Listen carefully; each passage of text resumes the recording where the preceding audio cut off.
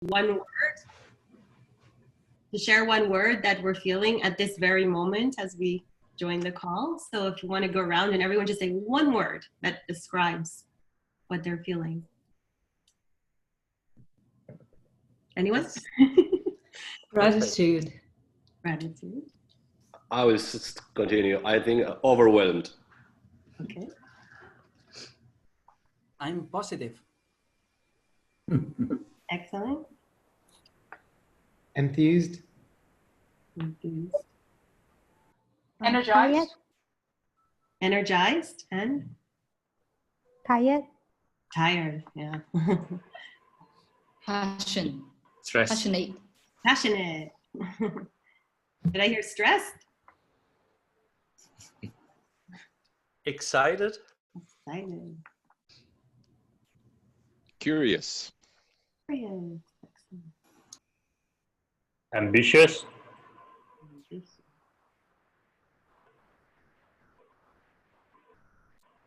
Is that everyone?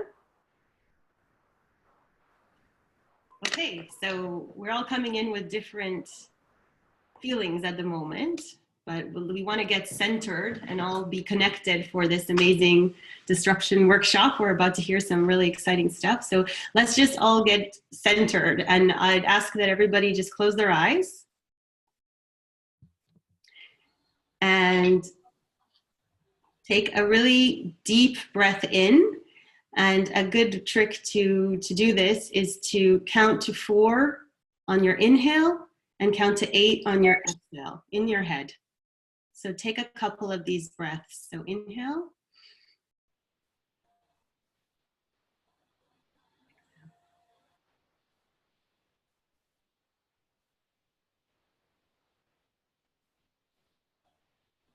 Again, inhale. And exhale.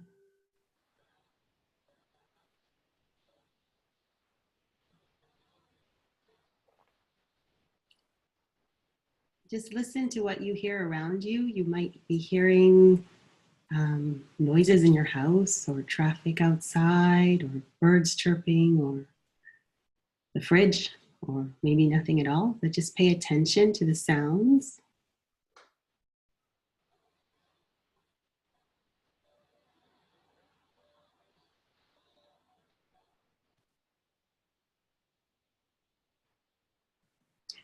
And also pay attention to how your body feels right now. So you're seated maybe on a chair, the connection to the chair, how does that feel? Are you warm? Are you cold? Are you feeling comfortable? Is there any pain anywhere in your body? If there is, try to breathe into it.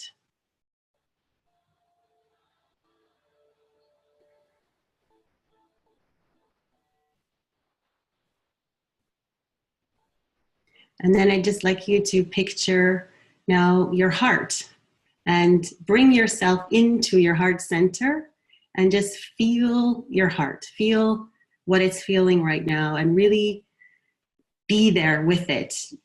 So you're not in your head, you're not in your, the rest of your mental capacity is not active right now. You're just feeling what you feel in your heart right now. What is your heart telling you? Is it full? What does it want to offer to the world? What does it want to offer to you?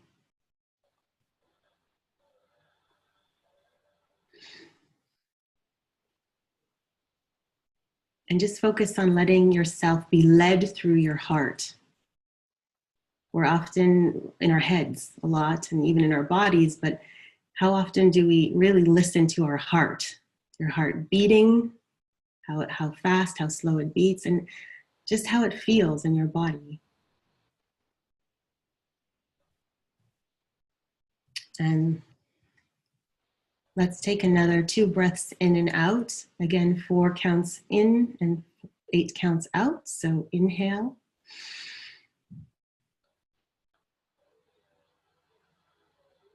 Exhale.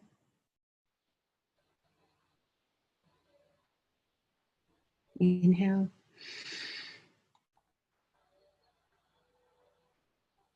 exhale.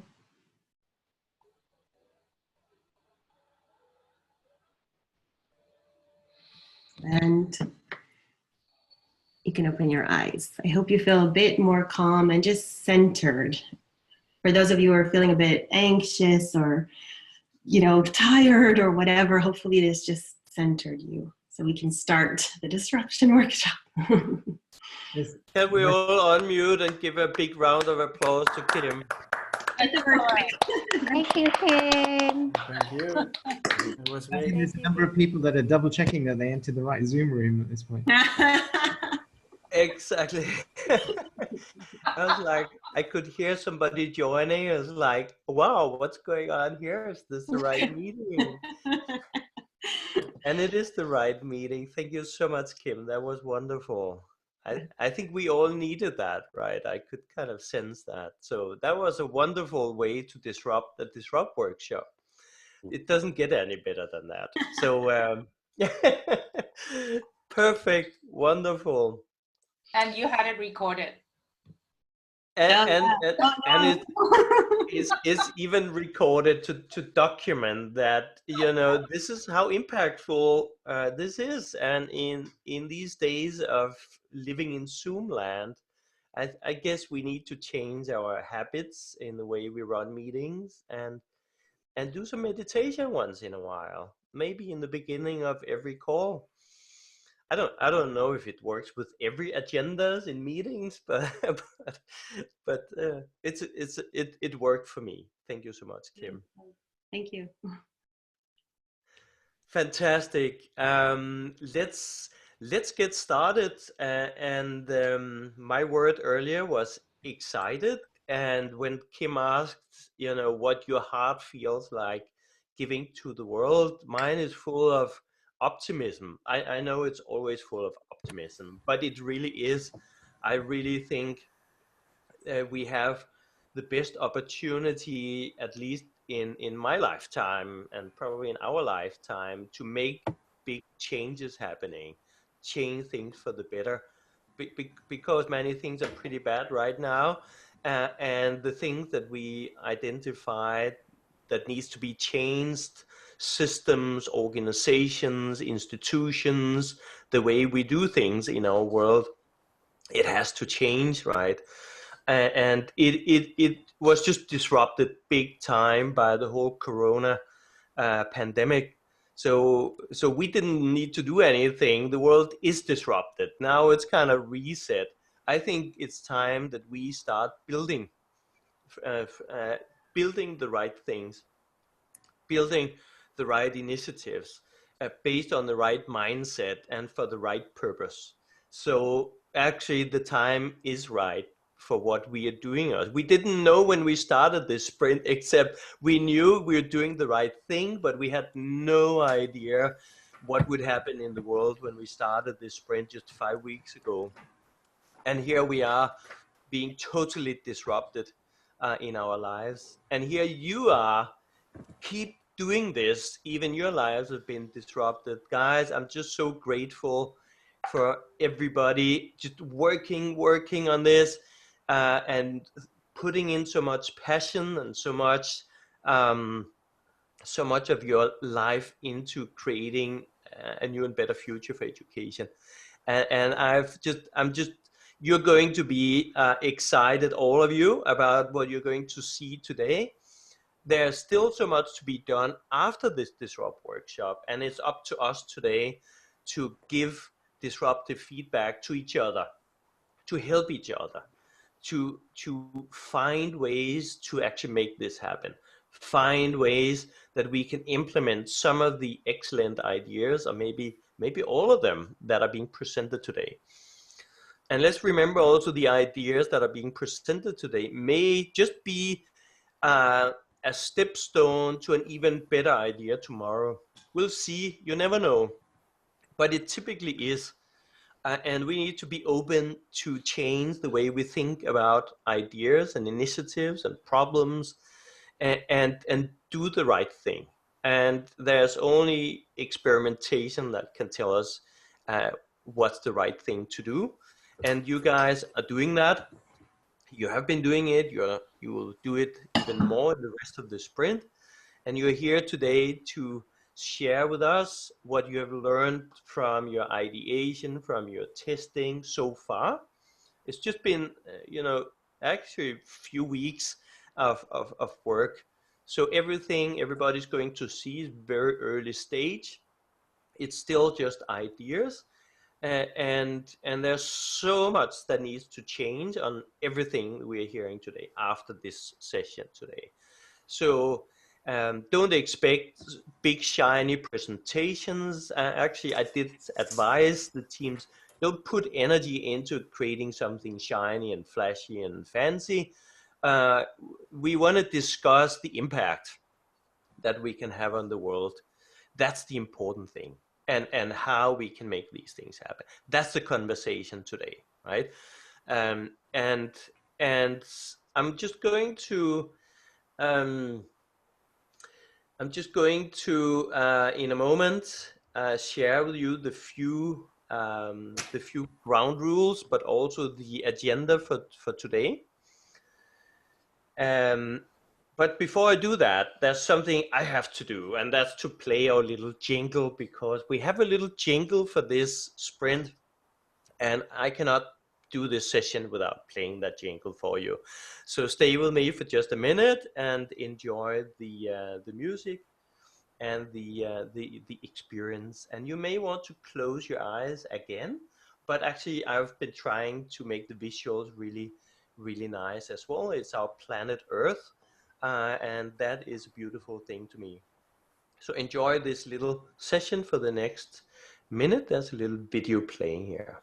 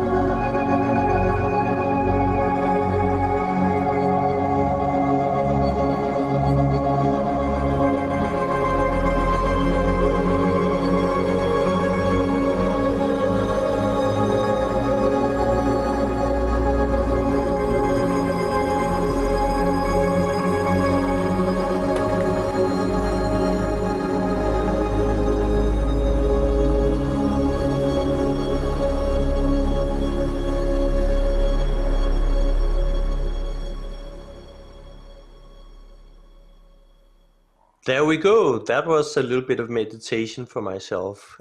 So I hope you enjoyed that.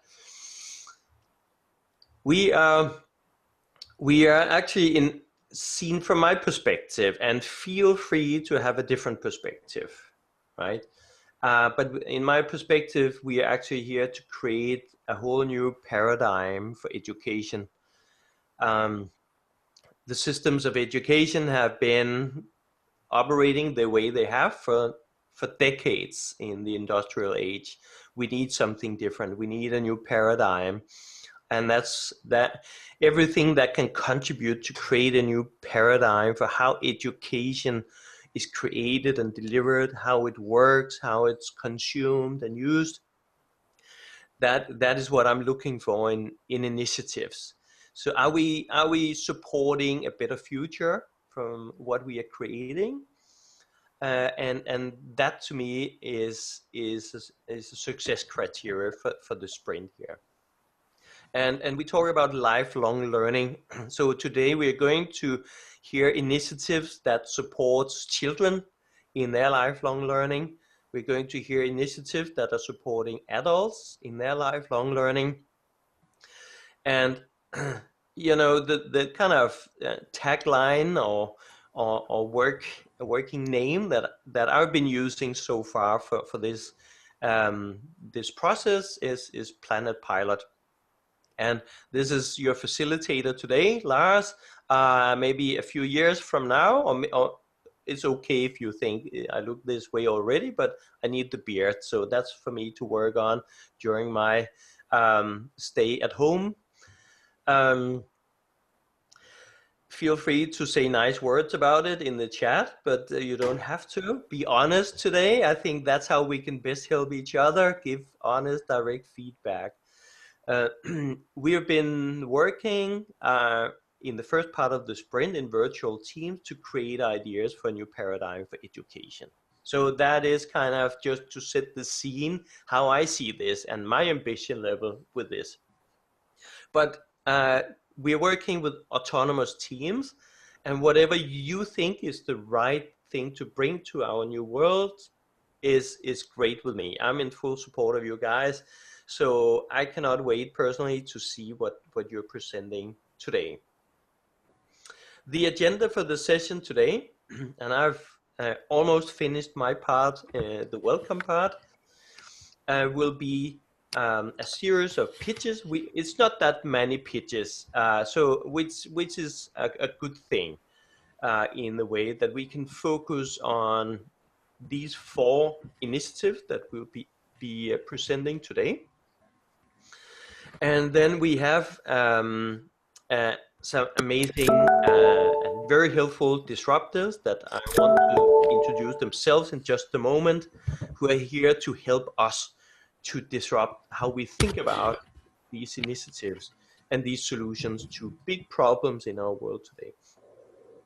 Each pitch is 5 minutes, and then this pitch is followed by feedback from 3 or sometimes 4 disruptors out of the panel of disruptors we have today. So there's a rotation happening. So every disruptor gets to give verbal feedback to 2 or 3 different teams during this session. The first pitch we'll hear in a moment will be the Planet Pilot adult team. They will be presenting 1 initiative first, then they get feedback from 3 disruptors. The 3 disruptors are Klaus, Peter, and Gabriel. Sanjay was also supposed to be here. He's having a total network breakdown in South Africa. He cannot get online. And Gabriel didn't know which one he would be providing feedback on anyway. I think it's fine. So Klaus, Peter, and Gabriel will be the first 3 disruptors to give feedback on the first presentation. Then the same team gives a presentation of their second initiative, and the disruptors to give feedback on that will be Curtis, Klaus, and Jabin. The third pitch today will be the Planet Pilot Kids team. And then I'll be asking Jabin and Curtis and Jamil and Gabriel to give feedback. And the 4th and final pitch today will be the future of classroom learning. And the disruptors will be Jabin, Peter, Jamil, and Gabriel. And I'll call on each of you when it's your turn. But now you kind of got the overview of the agenda for this workshop. I want to wrap up the day with an open discussion and a Q&A opportunity, so the teams can ask questions back to the disruptors. That will be my primary goal for the closing session, because the presenters, the sprint teams, cannot ask questions during the feedback that's being given. They just make notes, so you just make notes, but you cannot ask questions at that point in time. So keep your questions until the end of the session today, and then I'll open up for an open discussion and Q&A, and then you can address any of the disruptors and ask for clarification or to further elaborate on some of the feedback. There are a few game rules. We don't like rules that much, but we need a few game rules to make this an effective and good experience for everybody. The first is timekeeping, and that's me today. And I'm going to be super brutal. So apologies beforehand, but it's going to help everybody. And I brought my good friend, the time timer. And you're going to hear the very recognizable beep, beep, beep, beep when your time is up. And that goes both for presenters and disruptors. Okay, so everybody's in the same boat here. I'll be brutally stopping anybody who's speaking when they're out of time. So leave that in my hands and blame me and not anybody else. Each presenter has 5 minutes per initiative to present. No more than that. Each disruptor also has 5 minutes to provide feedback on each of the initiatives being presented. The disruptors rotate in the way that first, as you saw before, first we have 3 disruptors out of the panel to give verbal feedback. Later it will be 3 other disruptors giving feedback, but all disruptors are asked to give written feedback on all 4 initiatives, right? So you get a lot of feedback today, those of you who are presenting, and in writing. So that written feedback will be given to you no later than tomorrow, Friday. So I hope that worked for your timing. I know you're eager to analyze it, but this recording will come out even before that. So you can go through the recording with your team because your teammates may not also be on this call today. Presenters cannot comment or ask questions during the feedback sessions. That's only for the disruptor to speak. And so make good notes. I have a few other housekeeping rules, and these are standard in every disrupt session. Please stay muted if you're not presenting or giving feedback, because background noise can be a bit disturbing. And I think we do have a little background noise right now. So if everybody can please mute, that would help the presenting teams that are starting in just a moment. We love to have your camera on if possible, if that works for you. That helps us to stay connected, whether our eyes are open or closed. And we're all here to learn. This is not an exam. This is a learning experience, a learning opportunity for all of us. So don't worry about, saying something that is maybe not well received. Or say what you want to say and ask for feedback, right? This is the best way we can test our current hypothesis. So, and listen openly to feedback you're being given, and consider it with your team carefully. Maybe there's something about it, even we immediately may disagree, but make a good note of every feedback you're being given and consider it carefully. That was the boring part, the game rules. Now we are ready to have the first team to present. And let me just find my way back to the agenda again. The first team is the Planet Pilot adult upskilling team with their first initiative. So who is the lucky person, fortunate person to present to us? I think it's either me or Yara. Yes. I don't mind if you want to start.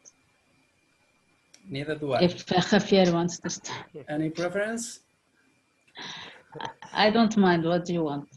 Okay, I will start then.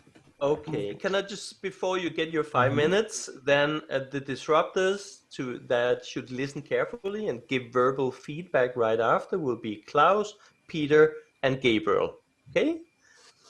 And everybody else give written feedback. Those of you who are not disruptors, you are very welcome to leave feedback in the chat, in the Zoom chat, but you can also capture it and send me a document afterwards with your feedback if you prefer that.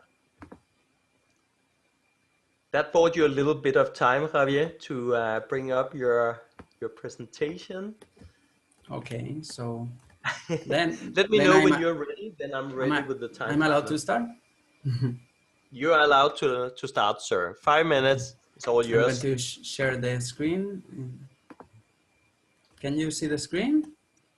Yes, we see your screen. Okay. Well, so welcome everyone to this presentation. Thanks for being here. My team and I, we all hope you're safe during these difficult times. As you know, we are part of the Educate for Life community, and our team is focused on lifelong learning for adults, especially small and medium enterprises workforce. This initiative is called Reskilling Sprints, and our MTP is Organizations Driven by Upskilled Workforce.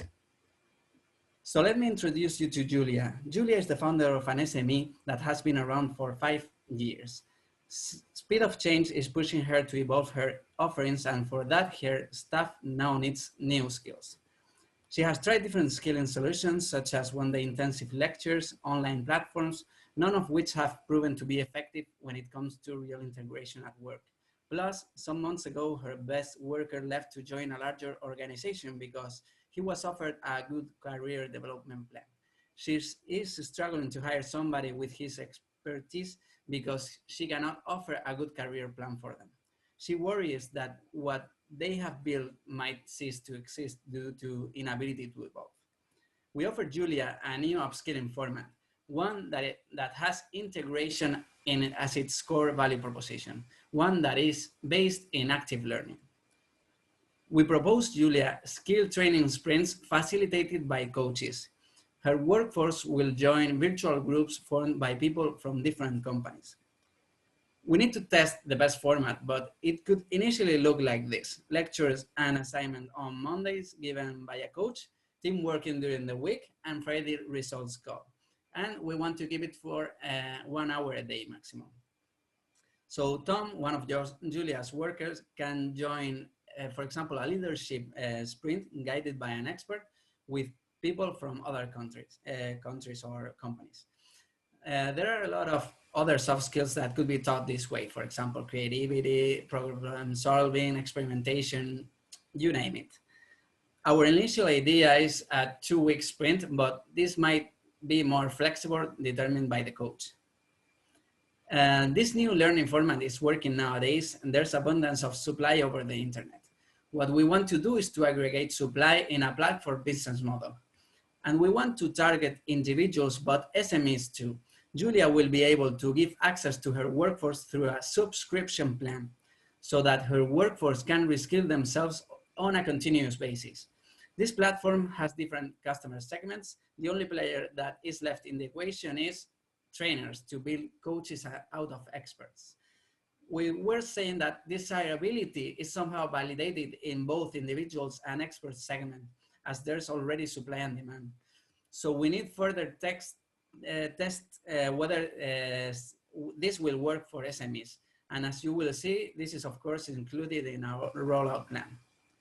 I will just mention the key attributes that drive this initiative. Firstly, staff on demand, as we will be tapping into abundance of coaches and experts that can become coaches. Engagement, as we focus on creating an active, engaging learning format. Also, we will create rating and review system for quality assuring purposes. We need to give certain autonomy to trainers and coaches so that we won't become a bottleneck. They will be using external social technologies such as Zoom, Slack, or Drive. We'll be experimenting on modification on formats and new roles such as facilitators to free up some time for coaches so that they can take more groups at a time, thus multiplying their alumni reach. So what's our plan? In an initial phase, we'll be testing an MVP with individuals. We will attract one coach and teach one skill. We won't build any platform at this phase. We'll see how it goes and improve the process. In 3 months, we want to start the aggregation process, adding more coaches and different skills. We will build a little website. In 6 months, we will add more coaches and skills, and we will target SMEs, experimenting with different subscription plans. In 1 year, when we have enough supply and demand, we can open it to larger organizations too. In the coaches segment, we will switch into a pull strategy. In this phase, as we mentioned before, we eventually want to free up time for coaches creating new roles to make this more exponential. We want to test also providing post-sprint value. We thought of creating activity rooms driven by community, for example. So, well, that's all. Thank you very much for listening. The timing was perfect, Javier. Congratulations. A big round of applause to Javier. That was started here. Well done, Javier. Thank you. Excellent. It's time for disruptive feedback. And again, each disruptor has 5 minutes max. So there's no difference to the presentation time. Klaus, would you like to go first, giving your feedback? Yes, of course. Very good presentation and a very interesting subject. In fact, this is what I, with some others, is working on already in a different sort of way. So it interests me very much. My first question or question mark is, how do you know that SMEs want this? It's a very good idea, and I can say that Peter and I have worked on such things for 5 years. And the problem is that it is very difficult to find out what SMEs need. You can have all sorts of speculations, and in fact, we have worked on it with small companies for many years, but we can speculate as much as we will. It depends on the SMEs, what they need. So that's the first thing, will they use it? The second question is, you are showing the way you will scale it, but the magnitude of what you're trying to do is enormous, because there are millions of SMEs and billions of employees in SMEs. So are you trying to scratch the surface, or are you trying to reach the millions and billions? It is, if you want to disrupt what SMEs do, it is an enormous thing you're talking about. And then the last thing I would like to mention, and this is really what we have been fighting with all the time, is how do you want to reach the SMEs? They don't react. They are very difficult to get in contact with. They are busy with all other sorts of things, and not the future, but the day-to-day. So they tend to be disinterested in any offer which is pointing to the future. So these are my observations or questions. Thank you. Thank you very much. Noted. Thank you very much, Klaus. Let's move to Gabriel, who's next as disruptor. Good. Perfect, thank you. Well done, Javi and the team. A really nice presentation. I love a couple of things that I really liked about the presentation. I think that the way how you presented, Javi, with like the journey, it was very clear, and it's very easy to follow the ideas that you are presenting. I don't know if you were reading the script, but it seems that you were reading, and sometimes it's not very, I don't know, not very nice to see somebody is reading. It's more like feeling more comfortable is just saying the thing that you need to say, but it's okay. So just a couple of things in terms of the presentation. So going now to the content of the project and the initiative, as Klaus mentioned, I think it's very, very important to this type of initiatives to be developed. I have a couple of questions. So I didn't get very clear if the idea of your project is to focus on just building the marketplace to put this supply and demand together, or you're even thinking about generating content. So that's something that maybe needs to be cleared in the future, where you wanna be in this process. If you're gonna build content or gonna leverage on content that other coaches or trainings are building, because that's one of the most important part of this process. So that's one of my things that I didn't have very clear. And again, one of the biggest challenge, as Klaus mentioned, is how you can get the SMEs on board with all this, all the things that they are facing now as an SMEs, everybody's facing. So it's kind of hard to really think that they're gonna commit in a daily learning process. So that's something that I have some kind of doubts if like a daily doses of learning, it's the right approach. If it's something that you validated with the SMEs, if they are willing to, and if they are willing or they can commit themselves to spend like in a daily basis for something that this process. The other thing that I have a doubt, it was like you were presenting the idea of having like these sprints for each of the subjects or each of the things that you were trying to teach, and you put like a 2 weeks sprint. So my question is, everything is gonna be 2 weeks, because maybe other things that maybe we need more time than that, or maybe less than time. So when in that, again, going back to the same question before, if you're thinking about things that need more time, that's kind of another challenge to keep everybody involved for a longer period. So as long as this process goes, it's much more difficult to get the people committed and stay on the training. And as everybody knows, and I think this is one of the most difficult parts of this process of learning process, on the online learning process, is that it's very, the success is very low usually.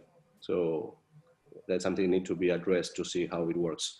And I don't know if you already thought about how you will monetize this initiative, which are the revenue streams for this. I would love to hear something about that afterwards. At the end, how you make this process sustainable, and how you can scale the initiative.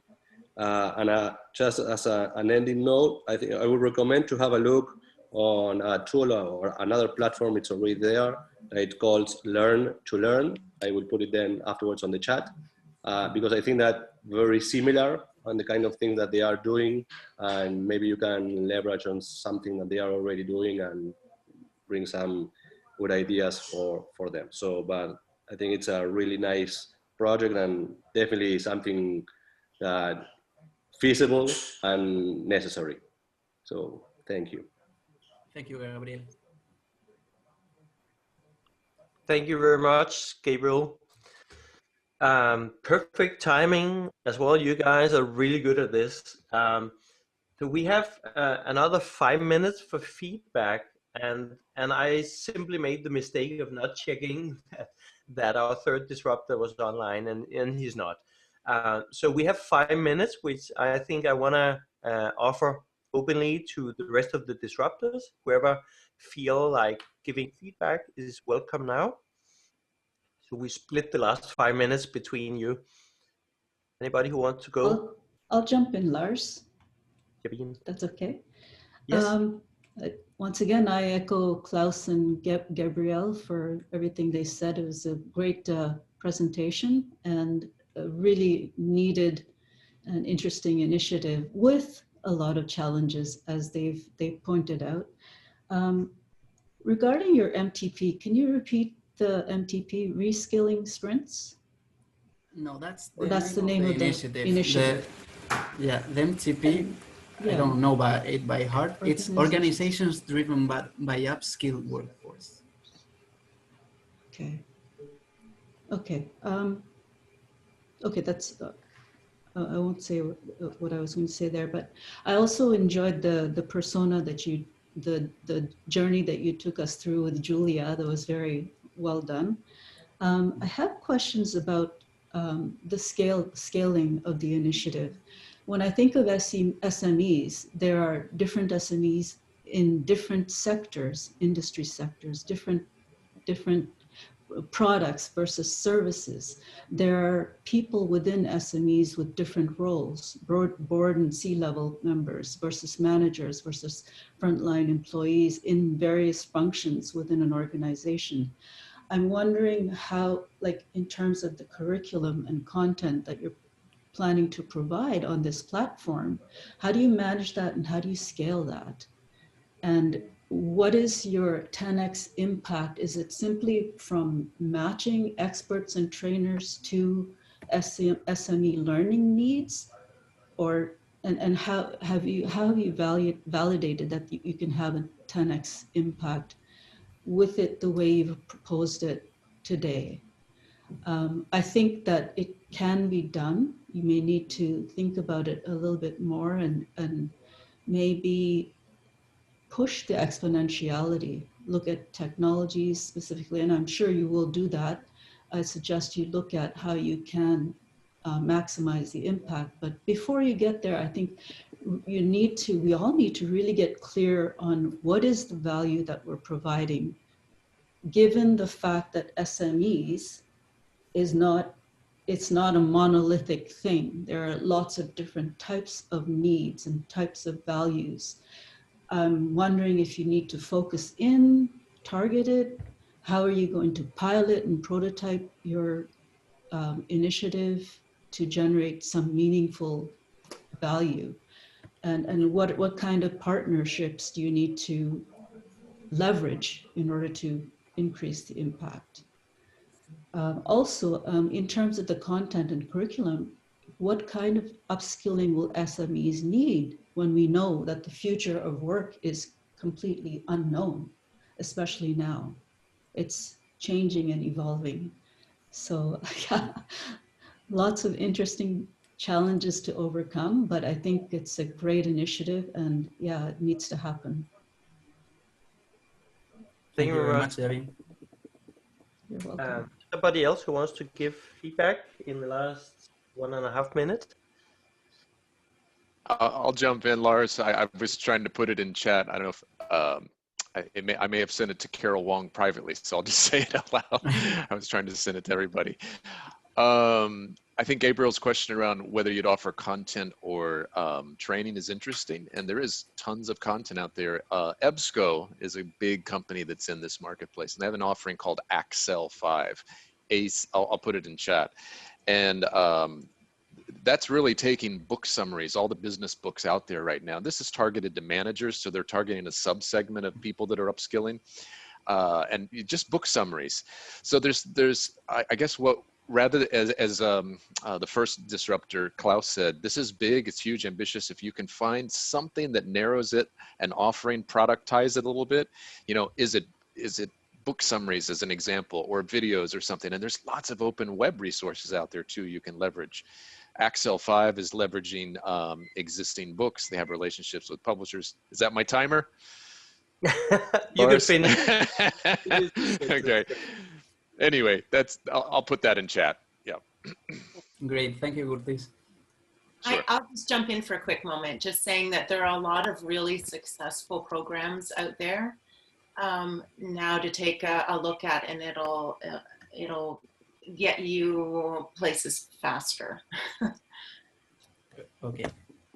Right. If you don't mind, if you have some names, could you put them in the chat during? Yes, please. Yeah. I'll get back to you with that. Yeah, absolutely. Yeah. That would be awesome. Helping the team on the research side here. So thank you very much to the disruptors, and the opening disrupted me so much, so we didn't do the introduction of the disruptors. I think everybody knows each other very well. We'll do a big round of applause for each of you at the end of the session instead. So great. The same team has a second initiative as well that they are really, really looking forward to present to us. And the disruptors who will be giving verbal feedback this time will be first Curtis, then Klaus, and then Jabin. So over to the team, and I think it's Yara, Yes. is it? Yes, Yes. Yara. Yeah. Okay, I will share my screen. Yeah. 1 second. Do you see it? We see your screen. Yes. Over to you. Okay, I will start. According to the Lebanese labor minister, we have approximately 30,000 to 35,000 young people who graduate from university, but there are only 5,000 jobs offered annually. Khalil is a fresh graduate, and he thinks the future is ahead of him. He's applying to jobs, but he keeps getting rejected because of the lack of experience that he has. And this is not only his situation. According to the International Labour Organization, youth unemployment is on the rise, and it has hit its highest rate in Arab states. So what is the solution, knowing that Lebanon is going through tough, dire economic circumstances right now? Well, we were thinking about entering the gig economy. According to Growth Tribe, Europe's first growth marketing academy, your greatest credential today is your output, the stuff you put online, a website, a blog, a prototype, you name it. Well, we have decided to help Khalil. Khalil is going to come across our website. He's going to find the problems that startups and SMEs put on this website, and he's going to try to solve what he likes. If it is a simple problem, he can do it individually with the guidance of an advisor. If it is a complex problem, we will have him work in teams which we pair, and they will work in a virtual hack or an offline hack to submit the solution.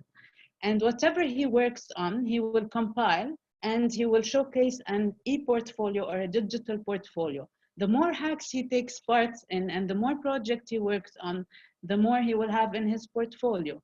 And this will allow him to rank higher in our website. And as a result, he will be able also, if he wants, to train other fresh grads who enter the platform and get paid. He will get paid from the profit that we get from the SMEs or the startups who post their problems on our website. Now, our initiative is called Creative Disruption, and our MTP is bridging the gap between theoretical and real life knowledge. We've done it before. We've done it and with the startups, and they had problems with marketing and knowing how to devise their marketing strategy. So our value proposition is helping unemployed grads get hands-on experience and showcase their skills by working on startups problems or SMEs problems. And through that way, they can also give back to the community by training others. We will be leveraging SME startups and NGOs and universities. We source universities, we source students and fresh grads from NGOs and universities. We will have the platform free for all participants, but the SME or the startup has to pay a small fee to put their projects on this platform. If the project is a campaign type, they pay us project fees. If they are looking to organize a hack, they pay a different fee. And if they want us to solve the problem after the hack solutions were proposed, they have to continue paying us for that. So how do we capture abundance? We capture abundance by staff on demand, which are the fresh grads who through experience will be training other fresh grads. We are using the community and the crowd. We are sourcing the students and the fresh grads from the NGOs and universities. And we are all engaging them in virtual hacks and offline hacks. Leverage assets are when we have offline hacks, we can leverage the university premises for free or the NGO premises for free. We will be managing abundance through our interfaces, which is our website where they will register the problem they like to solve. And the dashboard will help us collect feedback on the quality of our hack from the participants. Now, we will pair the teams manually at first. This is what we did in our marketing hackathon in 2016 and 2017. And the social technologies that they use to work are Google Drive, Google Forms, and for social media, we have Facebook and Instagram. So far, we have validated in our student survey that 76% acknowledge lack of experience to be the primary challenge in getting a job. And we have had an offline hack with 30 students in 2016 at Veritech premises, where I had 4 entrepreneurs say what their marketing problem was, and the students had to come up with solutions. I paired the teams in a complementary way so that they are diverse and they have complementary strengths to work on their problems. Now, our next step include really testing this prototype online, having sort of a website and testing it online within 90 days. We will solicit projects from a few startups, and we will ask universities and our own database of students to join this prototype. Thank you. Thank you very much, Yara. Great job. And you just needed another 5 seconds, and you would have made it right on time. So, well done. Okay, thank you. Great. Over to disruptive feedback. And we are first hearing from Curtis, then Klaus, and then Bean. So over to you, Curtis. All right, thanks. Great job, team. Okay, in no particular order, I was just taking some random notes here, some things that I liked and that I'm curious about. That was my word today, remember, curious. So I'm curious about this initiative. Thank you for taking me along the journey with Jalil. I felt like I was there in Lebanon with him. I felt the pain, and it's important. You just want to know, what is the problem we're solving for? So you really helped me identify with that. I'm not sure I fully understand online versus offline hacks, but I think there's something very important there. And I really like the idea of hacks. I think that's a nice way to put it. You know, gigs, I think we have some different associations with gigs now. And a concern I have with gigs is workers often are by themselves. I'm thinking of, like, a worst case, something like an Amazon Mechanical Turk. There's these nameless, faceless people that solve problems out there. They're not connected to each other. And I know some people will say in India maybe make a buck because they solved an algebraic equation and somebody pays them for it. But I really, in some ways, find that kind of awful. You know, like, even though it's exponential, it's kind of like dark. And what I like the idea of a hack is that I see these kids coming together, working together as a team on something. So what they're getting there is not just like the skills, but they're getting what's more important right now, 21st century team skills. So like that digital portfolio is not just, I solved this, I did that, I did this hack. It's like, we did this hack. In this hack, I served as the project manager. I was the scrum master. And this other hack, I got to be the coder, because that's the future of work, right? That's what we're actually doing, is working in teams. So if that's where you're going with this, I love it, right? So a hack as a team, so do these hacks as teams would be cool. I think your instinct around universities as partners is key, or NGOs. Again, you're going to need a nice kind of ethical, trustworthy backing on this. So there is not these associations with the worst of the Ubers and the Mechanical Turks out there. You want this to be, have a nice, bright, white, shining hat on it. This is something good that works for everybody. It's ethical. People get paid fairly, etc. Right? So I think getting, starting with the university partnership or an NGO partnership is key. What else did I note?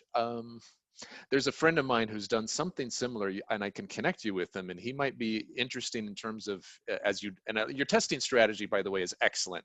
I like what you've done already, and I like where you're going with your testing. But my friend has already gone down this road. It's called Talent for Startups, and he's trying to do this sort of pairing. And he's encountered many of the obstacles you may find. So if you want to do a picnic in the graveyard test, you know, where you walk through and find out what failed, he can tell you a few fails, and he's a very generous guy. He runs Lean Startup Orlando here with me. So he gets the whole startup path that you're working on, and he may be very helpful. So I'm happy to connect you with Rajiv. His name is Rajiv Menon, and he's trying to help kids in India, right, become connected to the modern workforce. I think that might be a helpful connection for you. I think that's enough from me. Thank you. I'd love to connect with him. Sure. Perfect. Thank you very much, Curtis. And over to Klaus. Yes, thank you for a very interesting and really promising project. I like it a lot, and I really see some big a big future for it. it's very well identified what you are doing, and you have already done a lot of work, so that you are on the way to find out how you will attack this. The gig economy is the future. It's growing enormously in several countries already, and it is a thing which SMEs are going to need too, because they cannot find and they cannot upskill their workers to become experts in everything, and they cannot hire experts if for everything they do. Some of the experts are too expensive too. So this is really a good thing for the SMEs, I see, and also for the graduates, because I have been an external examiner on the Copenhagen Business School for years, and what they really need is to use what they learn while they are learning it or immediately after in projects, so that they see what works and what doesn't work. So I really applaud you. I think this is going to become big. 2, 3 things. Same as I said before, who will do the work of contacting universities? I'm from sales and marketing myself originally, and it's always a very big and troublesome job to get the contacts and to convince them and so on. And it's a job which is going to be done. And this also leads me to asking, who will pay for this project? Who will pay the salesperson, or who will pay what it costs to create the first impact? And another observation is there are several offers on the website from competitors to this, who offers experts. They don't offer graduates. They offer experts of various kinds. And how do you distinct? How are you going to differentiate yourself from these and convince the SMEs that they are better off using graduates than seasoned experts? Then a little thing too is as a geek, as a person working freelance, if it's not just temporary, you will probably need to have your private finance in order. And many students, many young people don't have the faintest idea about economy. So maybe you could help them there. I have a friend who is working in another upstart with some people, and one of the things his company helps his customers with is to really take hand of their financial situation too. I think that was what I had to say about this. Thank you very much, Klaus. Excellent. And then we have Jabeen. Over to you, Jabeen. Thanks, Lars. Yeah, I agree with Klaus. This is an amazing initiative. I really, really like it as well. And I love how you took us through Khalil's journey to realizing that the gig economy is where things are really headed for not just fresh grads, but for everybody in the future of work more and more. And I like the digital portfolio projects that people will have build up the portfolio instead of grades or, other forms of recognition or rewards. And I wonder if that's an area that could be expanded, because I'm also wondering about the engagement aspect of getting the fresh grads and training for other fresh grads and pairing them with the SMEs. And how do you take advantage of this need to develop a community or some sort of marketplace or ecosystem-based connection between these groups? And also consider that you're getting the grads from NGOs and universities, but these are really public-private partnerships that you are talking about and you need. And I guess the private sector is involved through the SMEs, but is there a role for the public sector to play? Or could that be a source of an immune response that could generate obstacles to what you're trying to achieve? I'm not sure. It's something that I'm just curious to know. I love the MTP in every area. We need to bridge gaps more and more. And I think that's a good way to position yourself. It's like, how do we bridge a gap?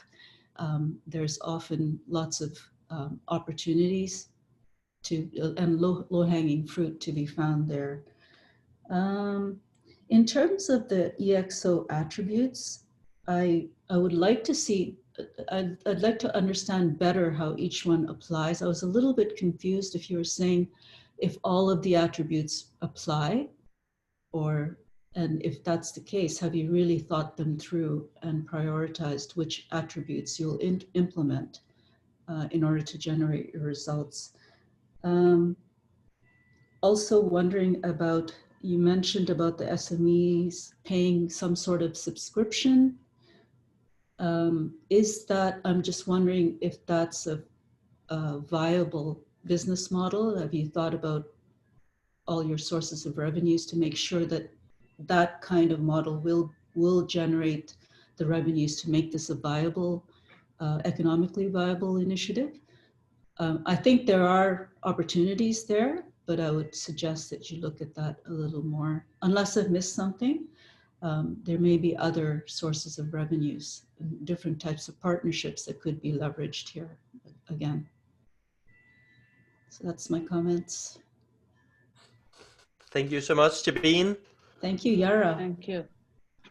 Yes. Thank you. Yes, I agree with the comments.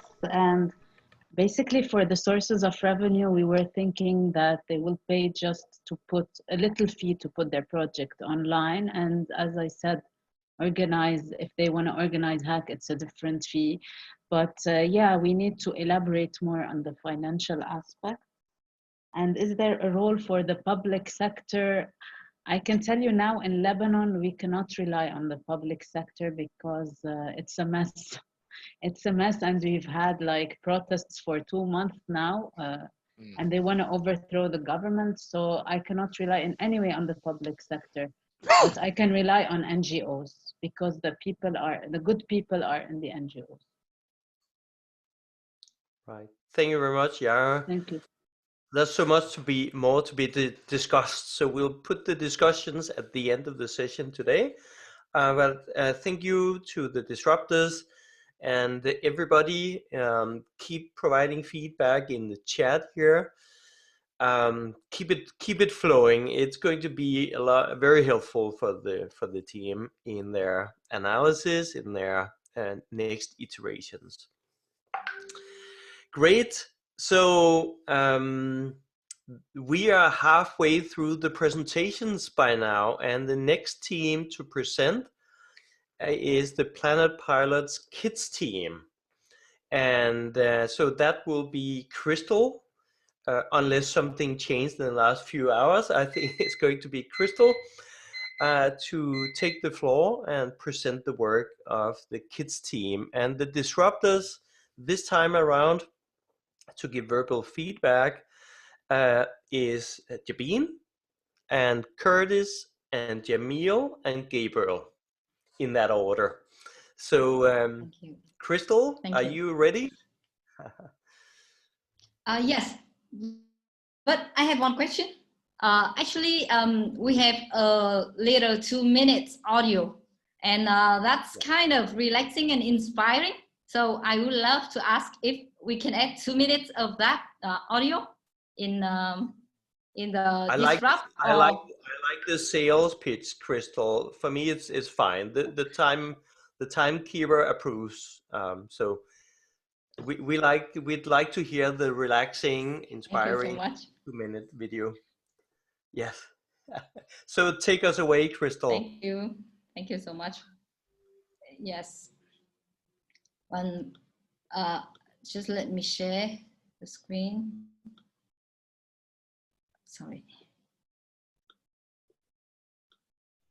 Here. Yes. Yeah. Do you see my screen? Yes, we see your screen, Crystal. Yes, thank you. So actually, this is a wonderful collective work of Planet pilot team. We have our head coach, wonderful head coach, Lars, and then we have our coach, Sahar, and then like all the Educate for Life team, like coach team, and then our team members are Roxanne, Diana, Justina, Jessie, and me. So let's jump in. We're gonna have a little bit of relaxed time. Do you hear the? Yes, we hear it. This is your captain speaking. At this time, I'm going to ask that you fasten your seatbelts. Flight crew, please prepare for departure. 5, 4, 3, 2, 1, 0.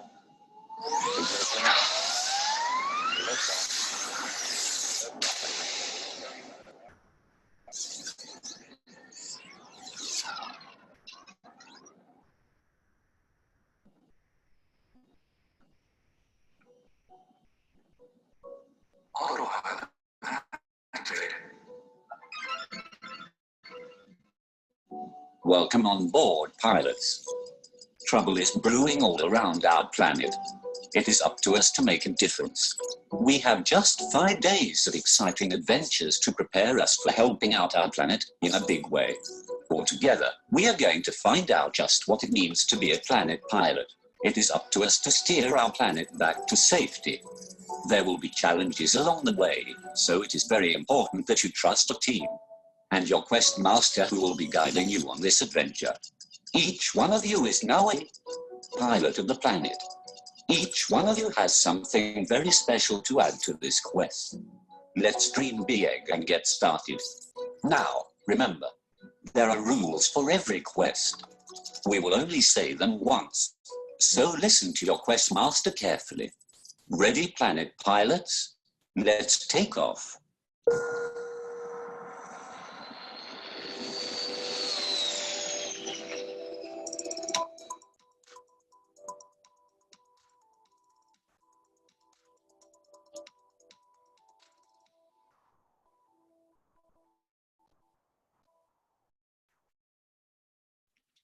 Thank you.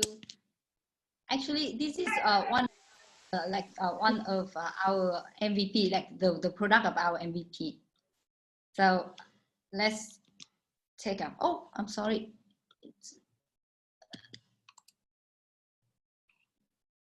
Oh, sorry. Yeah. We are facing a learning crisis. Our traditional educational system provides inauthentic, theoretical, lack of passion learning. The World Bank has estimated hundreds of millions of children reach young adulthood without even having the most basic skills. According to the Institute for the Future, 85% of the jobs that will exist in 2030 haven't been invented yet. How can our children be prepared for the future? And how can they eliminate the risk of being displaced by AI? So we came up with a solution, which is based on our MTP, that is a healthy planet managed by empowered kids. Yes, children are future of our planet, and we will empower them to be ready to create a healthy planet. So how can we do that? Within the 4 factors Affecting learning quality, teachers, learners, school inputs, and school management. We focus on the two most important factors that are teachers, we boost motivation and skill, and then inputs, school methodologies, we boost learning through playing, develop future skills such as collaboration, communication, creativity, critical thinking, etc. We do this with a proven methodology, which is called the sprint. We adjust and make it suitable for our 10 to 15-year-old children, and we name it Quest. Son is a 14-year-old Vietnamese. Our traditional learning system has shaped Son as shy, reluctant to teamwork, reluctant to lead in social activities. With a laptop, Son joined our platform, participate in a 5-day quest, experience and gain confidence, teamwork skills, and discover his potential. And he also met new friends from all over the world. We built a platform to connect kids with our coaches. These staff on-demand coaches are trained and certified by Planet Pilot. We also built a digital product to scale coaching activities. Kids participating in the quest will develop future skills as well as a network of global friends who they can continue co-creating with. This is also a value proposition that we think to be suitable for homeschooling kids as well. Our key partner could be public and private school entities that are working with kids. We think to bring additional learning and engagement solution for these entities. In order to, our revenue model is a freemium model, which is a free version is given to a no coach quest format and a paid version under the format of seasonal quest with coaches. We also get revenues from offering quest services to schools and other educational entities. In order to reach to all kids, we need a scalable solution. So we do it by digitizing our quest and harnessing staff on demand through abundance of teachers, of coaches, of parents, kid lovers, and even experienced kids passionate about our methodology and want to coach other kids. We also leverage the community of school, of teacher, of parents, of kids worldwide. We use gamification in our quest and use promotions for kids to become a quest master, etc. We also use tools to manage these abundant inputs, such as different interfaces for kids, for parents, for coaches, for schools. Building a dashboard to measure the coaching quality as well as kids' engagement and improvement. And constantly experience and pivot our products and business model. This week, we have built an MVP with a simple website and a 5-day quest program. It was quickly launched during last weekend and published through a newly created Facebook. And got 5 applicants. 4 actually shown up. 2 are our own kids and 2 are the kids from outside. And one another joined later. So these kids are from UK, from Belgium, Denmark, and Vietnam. Our main hypothesis is to test the engagement of the kids with our program. Today is the 4th day of the quest and no kids have dropped out. Here are the photos of our kids experiencing quest together. Here is one of their work, problem and solution. And here is the comment of a parent. I just wanted to share how wonderful it was to see Nikhil truly engage with Planet Pilot and the people in there. Could you please share that feedback with Roxanne? Roxanne is one of our team members. So our plan for the next stage is to continue experiments, pivoting our product for 1 to 3 months with different topics and different age groups, as well as testing motivation of coaches to join, digitizing the program while building the community. And within the next 6 months, getting staff on demand and building a platform if everything goes well. We are pivoting our MTP and we really hope to get your feedback and advice to efficiently improve and make the way to realize our MTP. Thank you so much for your attention, Planet Pilot team. Thank you. Thank you very much, Crystal. Thank you, Krista. Thank you, Crystal. And to the round of disruptive feedback. And over to you, Jabin, to go first. Sure. Thank you, Crystal. That was a lot of fun. I love your energy. And I love the MTP, Healthy Planet, Empowering Kids, much needed, amazing. I love that you basically ran your pilot as you developed this solution. It's very disruptive in itself, and you know, you have the kids engaged and they're having fun, and it's perfect timing for something like this. They must be just so expanded by this experience, especially at this time, and interacting with these kids from all over the world. That's great. Thank you. So it's a 5-day quest, and I just, again, I love that you have this MVP, and you showed us, you know, how engaged the kids are, and you're validating your hypotheses and running your experiments as you go. It's wonderful. I had a question about the milestones. That there was no budget associated with that. Have you thought of what kind of budget is associated with those milestones, and along with the future plan? So I would like to see a little bit more information on that. Regarding the EXO attributes, I was wondering if some of them there may be low-hanging fruit there, which maybe you haven't considered yet. I'm not sure. And obviously, everything went so fast, so it's hard to assimilate everything. But for example, algorithms. Is that a low-hanging fruit area that pretty much every EXO can try to leverage? Yeah, that part went very quickly, but I would suggest, again, looking at the EXO attributes further and explaining more how they apply.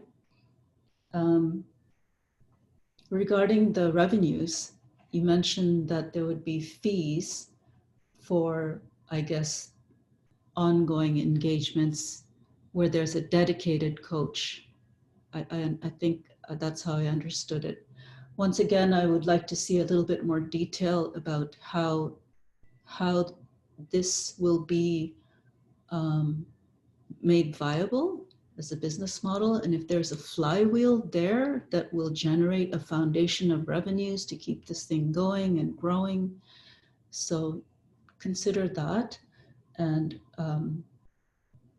basically your staff on demand is everyone: teachers, parents, students, other students, etc., experts. That's really cool, but I think you need to put some thought into how you engage, and not just for engagement's sake, but how you engage them into this platform to work on these quests together, and how you generate that involvement in a meaningful way as they're developing these future skills, and what is important, and how do the coaches, how does the engagement, how is it analyzed and evaluated for the types of impacts that it's having and the skills that it's developing? Is there a framework that's built to do that? Because that could be important. Otherwise, everybody's going off doing random things, and are we actually achieving the learning outcomes that are needed? So those are my comments. I really, really enjoyed the presentation. Thank you, Crystal.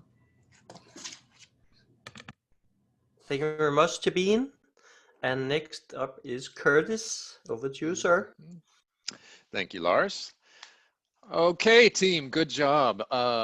You really spoke to my heart with this initiative. I have a 12-year-old kid who is bored out of his mind with school, and I think he would love to be part of a quest. So I mean, just in terms of a felt sense of like where you guys are at, I think your MTP, everything pulls people in. So very good storytelling, excellent, nice graphics, all of that good stuff. And it's specifically around the MTP. I think I saw, maybe I missed it, kids managing the planet. I don't know if I heard that right, but I really like this. To some people, that'll sound crazy. We can't let kids take the wheel of the planet. Are you insane? But when I thought more about your music intro and strap in, here we go. Now I'm picturing a kid, you know, doing a pilot. I really liked that idea because frankly, that's what we need right now. Adults have pretty much messed up this world. So if that's where you're going with your MTP, it's fantastic. Stay with it, okay? I think that's the right place to be. I think that the quest itself is a very good word. A quest is something that is like the hero's journey. It was my association with it, and the hero goes on a quest. So I'm picturing these sort of open-ended problems to solve, and we're letting kids take the biggest problems of our planet, and you're exposing those issues and letting them think out of the box. If that's where you're going, I'm really liking that. Taking them on the quest, of course, time boxing it with sprints is very smart. Your testing is cool. Like, you've already run a test. I mean, that is good testing. And you've got kids from around the world that are already saying, yeah, I like this, I'm playing with it. Obviously, you don't need AI yet. I don't even care if you have a business model around this yet. I don't think that's the question to ask. With these kind of early stage ideas, we want to know about the value props. Go to the heart of your business model canvas, value props. If you have that, if there's something there, people will want to attach to it. Partners will come out of the woodwork to work with you, okay? Because you're onto something. That's what you need to trust. Trust that you're onto something and keep testing it. And even if you have 3 manually run paper pilots, whatever, you have those and people will get excited. A couple examples, people I can connect you with that have done something similar would be Cindy Ford from, she developed Planetary. I think she may even be part of our Educate for Life network right now, but yes, she has a way of gamifying. Your notion of gamifying too is very, very powerful. So kids love to play games and they learn through games, right? So Cindy developed Planetary, which is taking kids on journeys with environment and nature that has that focus, and they're learning to solve environmental problems.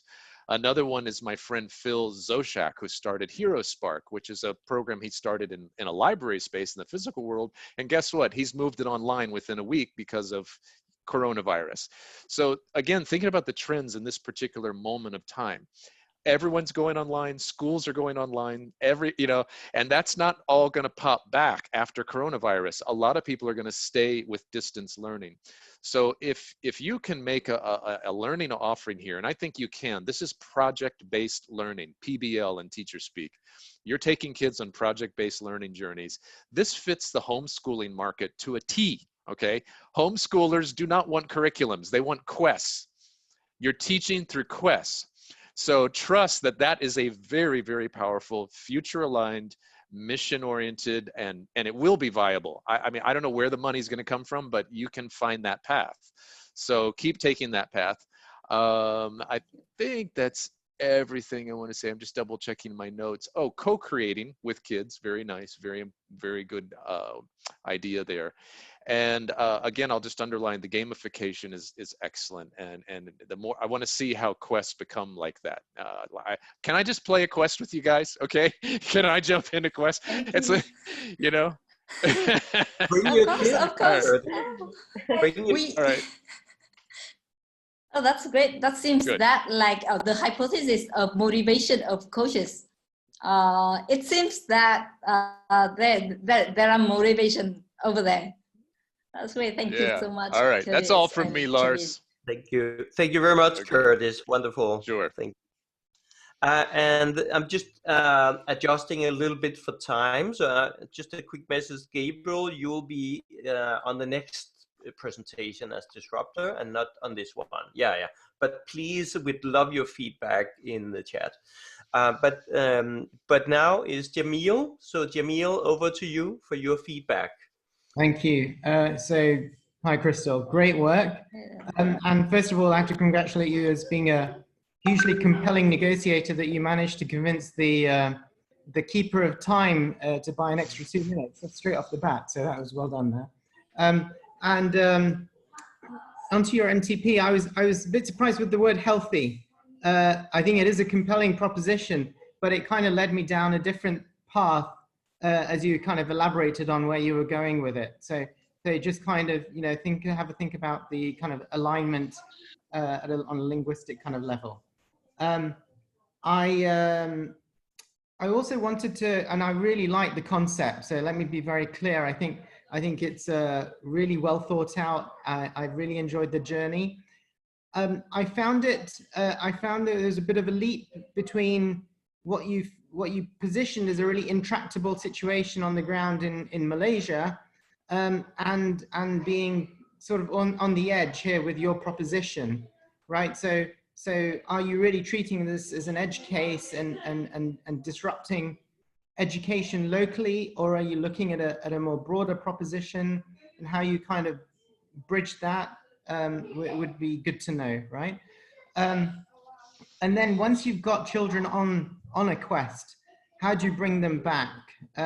So, you know, you're kind of growing that model, and you've got a 3, 6, 9, 12-month timeline, but it wasn't clear how, you know, a child kind of, once they've done that, do they kind of just kind of come off and look for something else that interests them? Because if you're really trying to disrupt education, you kind of need to have them hooked into the long game, right? And if this is going to be their path of learning going forwards. Looking at the attributes, good coverage, I would suggest, and I think Jabin made the case on this, that dashboards is something that you should be looking at in terms of measuring success. So I know that some of your metrics are around dropout rates and things like that. So I think really getting some sophistication around what you're measuring, the inputs and the outputs, would support that.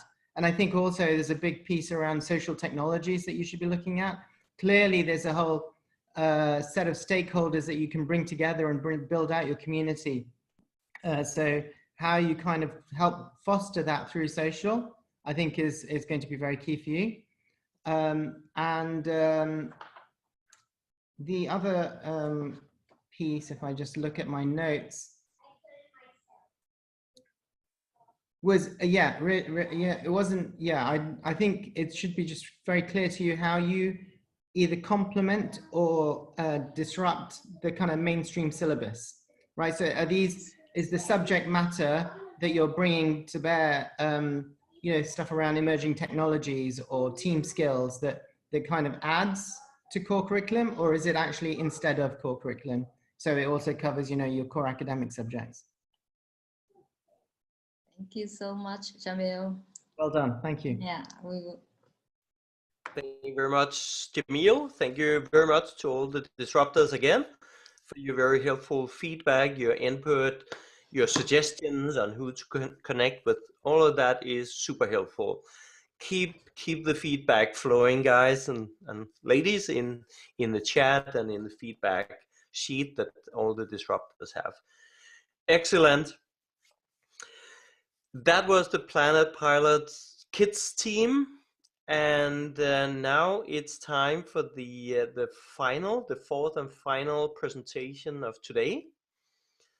I'm very excited about this one because I know very little about it so far. The classroom learning of the future, and I know that Carol is here to tell us everything we need to know about this. The disruptors that will be giving the verbal feedback to Carol and the team will be Jabin and Jamil and Gabriel. Are you ready to take us into this, Carol? Yes, I am. Can you hear me? We hear you and we see your screen. Over to you. 5 minutes. We'll start now. Yeah. Good evening, labs and disruptors and community members. I'm Carol, and I will kick off our pitch on the future classroom learning of the future. And my team, Tom and Dylan, will take through the rest. Our initiative is known as autonomous teaching and learning. What we are trying to solve here is current constraint in public education. In Malaysia, we have over 10,000 public schools of K-12, over 4.7 million students, and over 400,000 teachers. Public education policy now in Malaysia is limiting teachers' ability to consider alternative teaching resources to improve learners' learning effectiveness. We are now in restricted movement order. However, teachers are not prepared nor empowered to modify the classroom delivery to continue teaching. In line with our proposed MTP of liberating teachers and learners, our initiative is to provide a platform of a community of teachers and learners with a platform to access abundance of open, independent teaching, learning, and assessment resources, as well as technology resources. We like to liberate the teachers in the public education to take charge in developing their learners, not to be constrained by the bureaucracy that will help them to improve learning outcome in classroom and online learning. We also want to liberate the learners to personalize their learning journey, liberating them, learning to anything, anytime, anywhere. Now I'll pass on to Dr. Tom.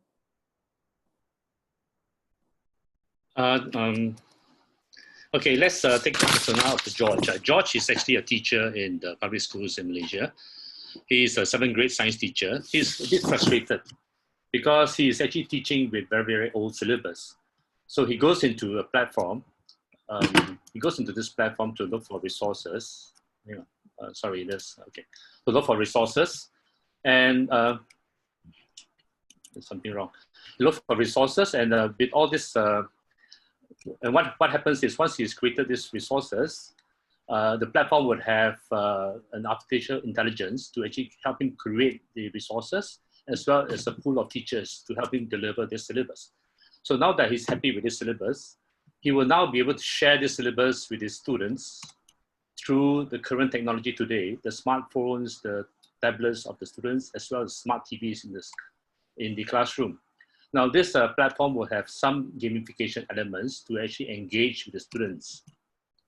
At the end of the class, what happens is the students will be able to give reviews on the resources and to help George to actually improve on his learning next time.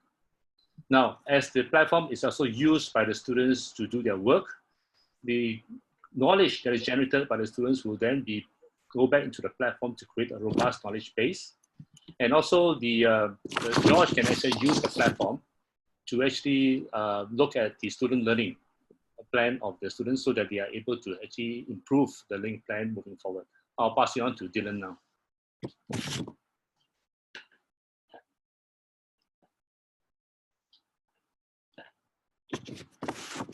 Dylan, you're muted.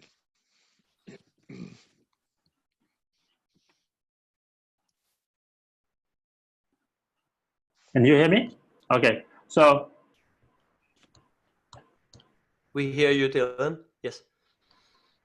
So let's look at the learner's journey. Tim from 7th grade junior high school, he hated George's class. It's one education fits all that never changed for more than 100 years. It's boring, uninspiring, and disengaged. When Tim found us the platform, first he need to do some assessment to test his skill IQ and his learning style. Then some wizard will be available to help him to set his learning goal. And AI assist recommendation will be available for Tim to choose his learning plan. Tim then can search for the learning resources on the platform, and the platform will match Tim with personalized content. The platform will leverage on the XO attributes such as engagement, staff on demand, and algorithm to enable teams learn with gamified content and collaborate with peers in groups. Intuitive dashboard will also made available to monitor and track teams' learning progress. Not only that, team can also rank and review the content based on its slides. So future content pop-out will be according to the assessment result, the goal set, the learning plan chosen, and his preferred learning content.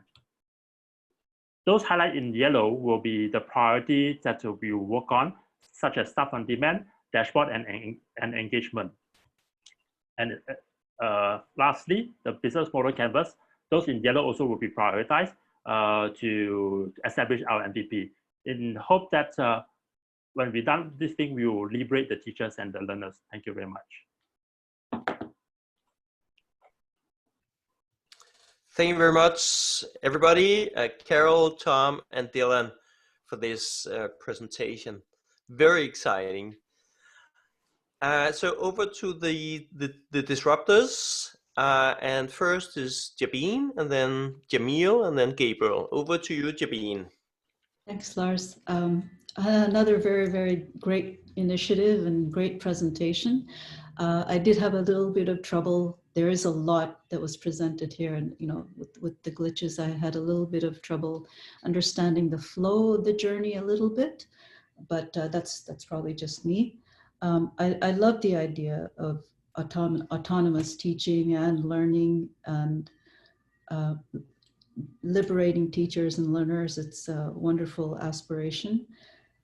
Questions I have is, it wasn't clear to me, maybe you did mention it, if this classroom of the future is meant to be both online and offline, or is only through this platform. That wasn't clear to me in the presentation. I love that you're offering personalized learning anytime, anything, anywhere, on demand. It's awesome. And so I'm wondering if Malaysia is the focus for this solution, or is Malaysia just the first priority to roll it out? Because I think I see potential for this to scale globally, and it's something that is needed. And if it's an open platform, as you say, that can be something that you could look at to increase the impact.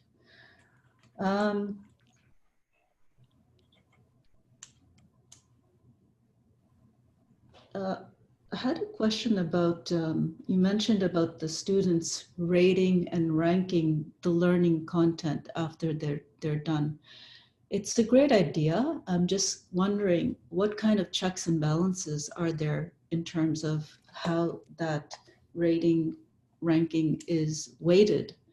For example, if a kid is going through a learning content that's a lot of fun and they love it and it's like a game, but the actual learning outcomes is not as rich as some other experience.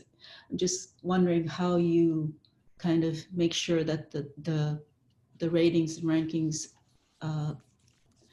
are weighted and assessed properly, so that there's some sort of normalization in there. That's just a question I have. I think those are my main comments. Yeah, and I will have more to include in my written comments, but that's all I have for now. Thank you. Great, Jabin. Thank you very much, Jabin. Over to Jamil next. Thank you, Lars. Hi guys, great presentation. I liked it. It was very clean in the way you structured it. I wasn't enamored by the MTP in its full form at the beginning. It was quite long, but I actually really liked the condensed version. So I think, the fact that you made it succinct, kind of made it more punchy, and that was helpful. I was thinking about, how you would kind of really augment what you set out to do. And I think you've got an opportunity there around, given that this is effectively an AI-enabled environment, then you may be looking at incorporating wearables, right? And so when the kids are outside and wandering about, are they picking up additional data points, and are you connecting them inside and outside the classroom, and does you kind of not having that kind of binary view of am I learning or am I not learning, right? And so I think that all kind of helps plug together. So that's something that you could look at. One of the challenges I think you have is around differentiation. There's a lot of people trying to play in this space. So it would just be very clear to think about what makes your proposition special, right? And where others fall short. I think there's kind of room for making your proposition clearer in that space. It'd be good also to understand your data set, how you're starting to build that autonomous engine, right? Around teachers, auto-generating the syllabus and children being able to kind of, take what they want. How does that interaction work from a teacher's and kids' perspective if they're both able to kind of manipulate the syllabus? And that's what it sounded like. So I may have misunderstood that, but yeah, how do you build up your initial data set?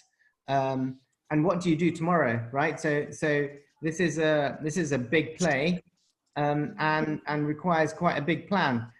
So I think thinking about your enabling steps, which could be quite significant, needs to kind of come out into your presentation as well, I think. Yeah, I think clearly this is a direction of travel for education, and I think so. There's the thinking is very strong in that regard. So well done. Thank you. Thank you, Jamil. Thank you, Jamil. Thank you. Thank you very much, Jamil. And over to Gabriel. Thank you, Lars, and thank you, team. Really, really nice to hear all the presentation on the initiative. Again, a much needed initiative to focus. So I have a couple of questions. One of them is similar to the ones of the other teams. I didn't get very clear if you are going to focus on content generation or leveraging on content that's already there, developed for other content generators. So that's one of the parts. At the end, generating content, it's really time consuming, and that's a lot of effort and time and money. You need a lot of money to generate nice content. So that's one of my concerns. And the other thing is, I was thinking about, like, maybe you are trying to, or you will need to hack two of the most difficult immune systems that you will find in the educational system. One are the teachers, and the other one are the schools organizations, the school administrators. So I don't know if you are thinking about how to tackle that. You will need definitely a really good strategy to get all the teachers and schools involved. So I don't know if you made any type of validation with teachers to use this type of platform. I think that's something very important to validate. I can recommend to look at a platform, and actually a company that calls Nearpod. I will put it afterwards on the chat. This is a company that they are doing similar thing that what you are planning to do. They focus more on the content generation to have this content ready available for teachers to use in their classrooms, with a lot of nice perks to use for teachers. So maybe you can have a look on that. I can put in contact with them if you want. And one more thing that I was thinking about is when you're saying about liberating teachers, at the end, it wasn't very clear for me if you are thinking about liberating teachers or replacing teachers. So that's something that might generate kind of a noise there. If you're going to hack that immune system, you need to have a very clear statement on if you're going to liberate what, if you're gonna have more available time, or liberating for doing what, or if you actually are thinking about replacing them with an NI platform just to leave the kids to learn by themselves. So I love the part that you mentioned on the beginning, on the journey to do an assessment based on skills, on individual skills that will follow afterwards with customized education. I think that's definitely how it needs to move forward, all this process. So I love that. Let me see.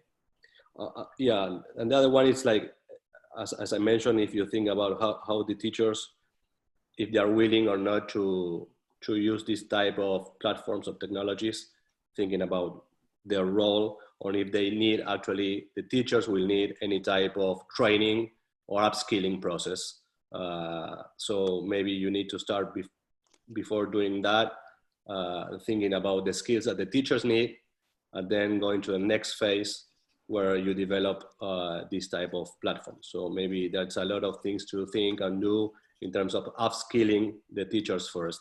Definitely the kids are ready to go to platforms and enjoy that way of learning. I don't think that the teachers are ready yet there, but that's something maybe you can work on.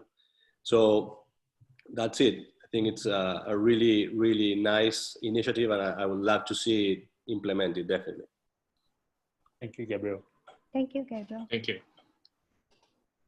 Thank you very much, Gabriel, and the whole disruption panel also for the feedback on the future of classroom learning. Lots of potential here to disrupt this industry.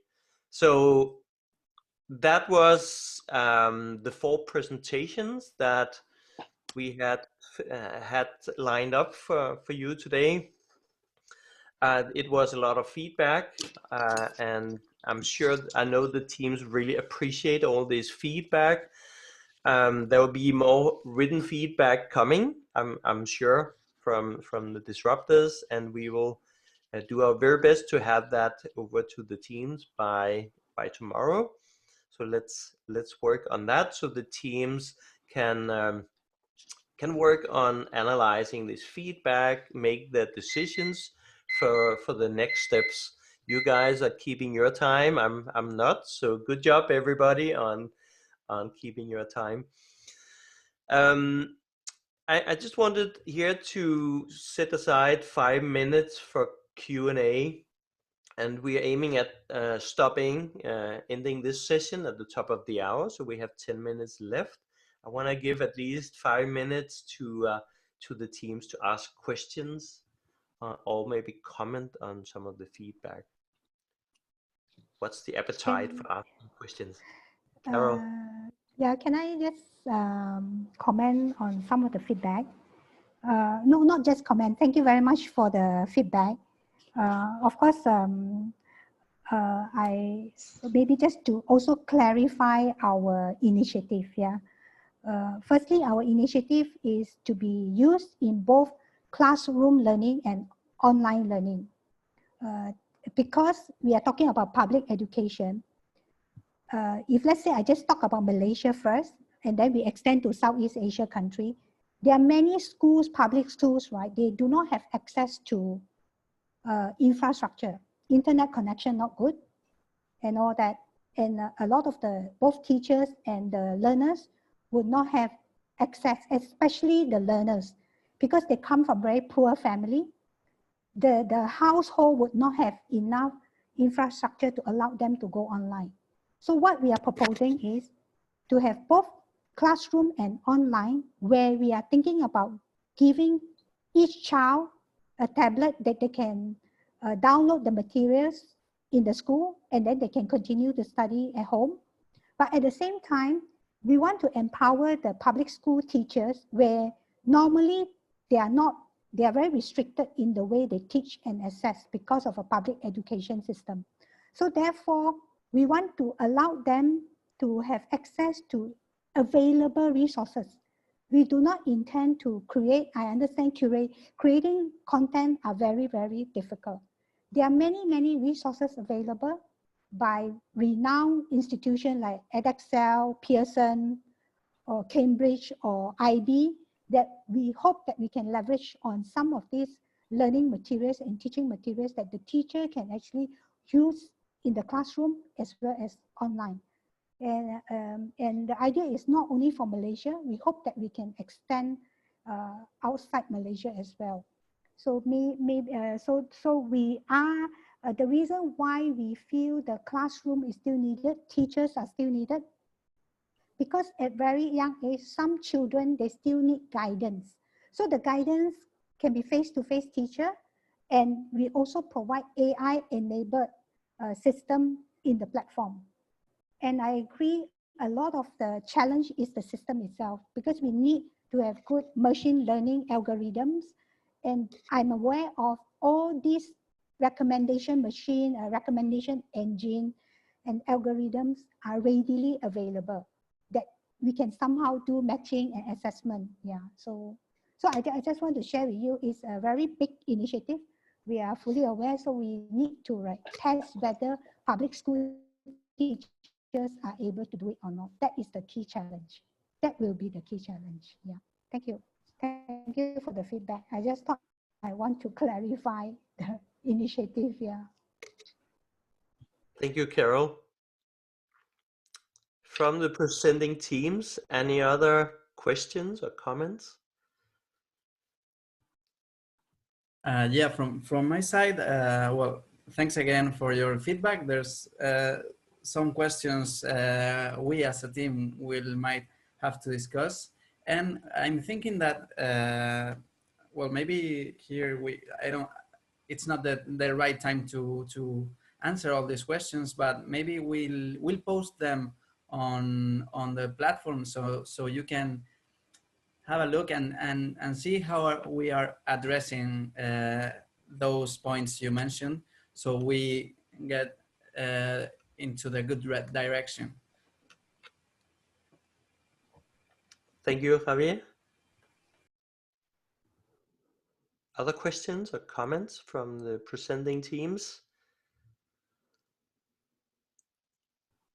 Can I ask one question?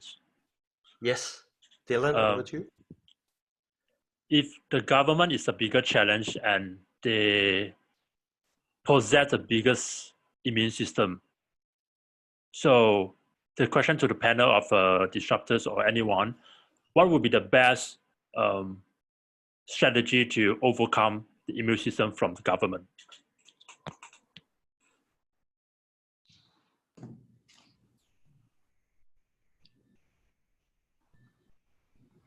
Don't work with them. That's exactly what I was. Well, I was kind of thinking the same. Work around. I know a lot of people disrupt who've hit their head up against that wall, Yeah. and sometimes the decision is to go to the homeschooling market or go somewhere outside the main system, right? And Yeah, you create but- something. Yeah. Yeah, that's one way. Yeah, I would agree, and I would say that, but you can't always do that. For example, in Carol's initiative, she's trying to work with the public education system. And I think where feasible, I think it's important to think of the government, the public sector, as one stakeholder among many, and not expect them to be the one to lead. Sometimes there's not political will, the timing of political engagements, whatever, things are shifting and changing in terms of priorities all the time. So I think it's important to think of education as a multi-stakeholder need, a multi-stakeholder system, and treat it that way. And the government is just one stakeholder at the table. Yeah. An important one. But. Yeah. I am very, very passionate to solve this for the public education, because we are putting over 4.7 million students, right? Over 4.7 million students not having access to quality education. So that is something that I feel very, very sad. And I have worked with the government to come up with the education transformation blueprint. One of the initiatives was to create this such platform. And I know they did, but somehow due to budget cut or whatever, it didn't get implemented. So I think, so I know we have no choice, but I would like the team to give it another try. So I'm actually recruiting two members to join our network. One of them is from Ministry of Education.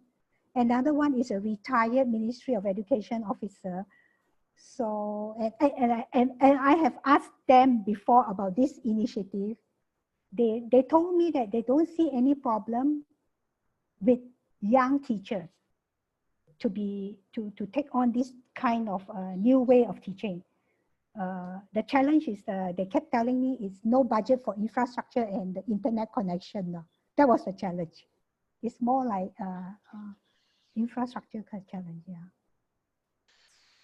Can I clarify? When I said don't work, You're sure, Carol. When I said don't work with them, I mean there's lots of ways to work within and with sort of around the system. And one of the examples I gave the team was a successful platform called Teachers Pay Teachers.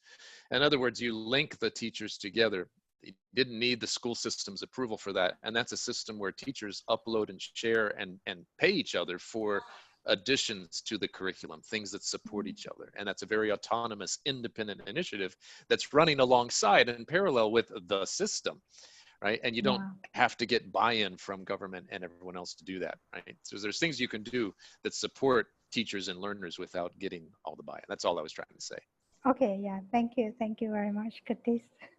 Yeah, thank you, everybody. The only thing I would add, sorry, Lars, is that maybe now, within the context that we are facing, maybe now the governments are more willing to start thinking about how to move forward. So I think that's a really good moment to really put this thing again on the agenda. So, and try to push as much as you can and using the momentum. So yeah, it's a really long journey, but maybe now is a better moment to start rather than maybe a couple of weeks ago. So yeah, you have an opportunity there. Thank you. We need to wrap, everybody. Just a quick... Lars, I'd just like to say that we're in the evolution of humanity right now. We see more now than ever a need for social change, correct? Yes. So who are those advocates for social change? Who are those who have led very large campaigns for social change? Is that a question to ponder, for sure. So NGOs, definitely. In my country, NGOs are the ones who are running. And when I was unemployed, this is how I got the idea. When I was unemployed, I worked with an NGO as a volunteer, and they are they are pumping civil society, and civil society is doing better work than the government. So I think they are the empowering social change. Exactly. And then Dr. Abreu in Venezuela back in the 70s came to Canada to sit with our government to talk about what was happening here and our commitment to arts, culture, and education. And through those conversations and those cultural ambassadors and performers from our within our country, there were conversations for social change. Dr. Abreu took that home and implemented it instead of within the school system, which was happening here. Venezuela was they weren't able to do it that way. What they did is they took it outside of the school system. And MB, I'm really sorry to interrupt you, but we have to wrap the session here and now. I'd love to have, we do a separate session. It's quite simple, Lars. I'm so sorry, but Dr. Abreu, and there's a system called El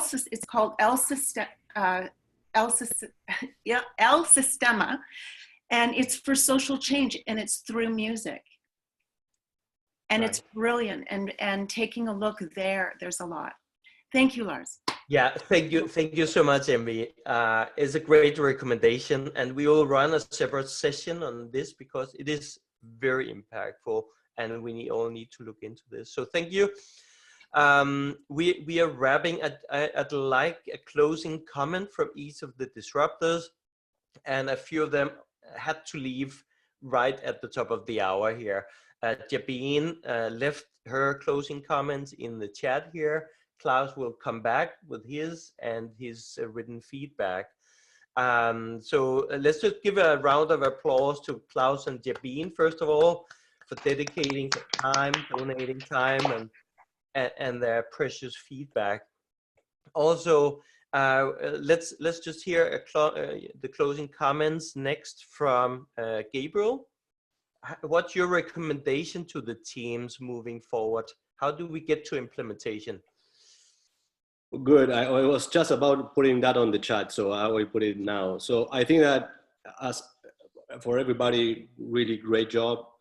Really, I think within all the context that we are facing and putting this presentation together, it's remarkable. So really good job, and applaud you all for that. And I think that the next steps definitely it's like more validation. As long as more validation you can do, within like hacking the immune system that you're looking, validating your hypothesis and saying what it's true or not. So I will focus now on the next phase on more validation, just to make sure that the things that you are thinking are the ones that they are the ones that you need to be tackled. So that's the main focus I will suggest. Thank you, Gabriel, for your commitment, your support. Round of applause to Gabriel for his great work. Thank you. Next is Jamil. Do we have Jamil still on the call? Yeah, still here, Lars. Yeah, hi. Good, good. What your closing comments and recommendations? So amazing evening. I feel really inspired by the full presentation. So thank you, everyone. I would just echo Gabriel's words. I think distilling your hypotheses, just really kind of understanding the underlying assumptions that you've made in your business model, right, is super key. And then tying back that to experimentation, right? So really kind of coming back to the attribute of experimentation and really kind of listing out different dimensions of experimentation to know that your assumptions are grounded in market demand, right? And so that for me would be your kind of big next step, as well as there are some we've heard lots of big ideas, and actually kind of looking at what the next 30, 60, 90 days really looks like is quite hard, right? So I think kind of paring that back to manageable chunks that you can really deliver on requires a bit of thinking. Great, awesome. Thank you so much, Jamil, for your recommendations and also for your time and feedback today. So a round of applause to Jamil. Thank you so much, my friend. And next, over to you, Curtis, for your recommendations for next steps. Sure. Okay, first recommendation, continue to be a team and grow your team. You need to lean on each other, okay? You do this as a team. I'm putting on my coach hat now, right? It's taking off disruptor hat, putting on a coach hat. This is a tough time for us all. I've asked my team to be gentle on each other, with each other, because we're all going through a lot. We're on a gigantic planet pilot right now. So there's only so much we can do with these constraints. So that's first thing. And the other thing I would say about teams is teams, now that you know each other, talk to each other, right? Team 1, say hi to team 2, team 3. I think we need to support each other. One of the things that I don't always like about exo sprints generally is that the teams kind of work in their own silos and they only get to hear each other occasionally, like on the Disrupt. I personally would prefer a little bit more cross-pollination. So I think this is the opportune time to do that. Cross-pollinate, get to know what each other are working on. You can probably support each other there too. Third point, Gabrielle and Jamil already hit it. I'll just say it again, validate, but the key word is invalidate. I want you to kill ideas. If I heard by week 10 that you haven't killed any of these ideas, then I'm worried, okay? Because in science, we never prove anything. We only disprove things. Theories take a long time to be proven. It's with mountains of data, many confirmed, repeated experiments. But when you have one experiment that disproves your hypothesis, you kill it and you get rid of that idea, okay? So I want to hear lots of killed ideas by week 10, all right? That would be my objective. Invalidate and validate. Okay, last. I want to hear some insights as you go forward and you keep testing and getting validation and invalidation. Look for key insights. So like, for example, I'll just pull one idea out. When Jabeen was giving her feedback to the team I'm supporting, the Malaysian team, she said, look at the metrics, the checks and the balances, because maybe if kids rank something as highly engaging, that doesn't mean they're learning anything. Well, there's an assumption built in there that we need to assess kids. Unpack that assumption. Maybe there's a key insight, and after you talk to some teachers and even administrators, maybe we don't have to do all this assessment. So you need to find something, and that only comes through the discovery and the conversations you're going to have with people. Look for the key insight that's going to unlock and maybe give you a very clear path forward. So that's always key. Have fun. Okay, that's my last thing. This is something that we should all enjoy doing. This is fun. And that's it for me. Okay. A big round of applause to Mr. Curtis for his commitment to all we're doing here. Thank you, Curtis. We appreciate it. Yeah. Also a big thank you to the whole coach team behind this. And some of them are very visual out there, and some are working in the background. But I just want to say I really appreciate the support we're getting from each one of you. And the teams keep, a big round of applause to the whole coach team. That it's an amazing work, and nobody sees that, right? But it makes a huge difference in what we are doing here. Also, in closing from my side, a big shout out to the whole Open EXO community. We are leveraging here methodologies, tools, knowledge, validation that has been worked hard on creating by the whole Open EXO community for years now. And I know because I've been part of it the whole journey, and so have many of you.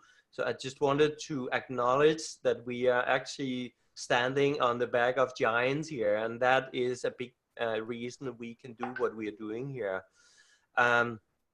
Just echoing some of what Curtis said about, I also want more cross-pollination of ideas. Why not, right? Is there something to lose? And here we have our Mighty Networks platform.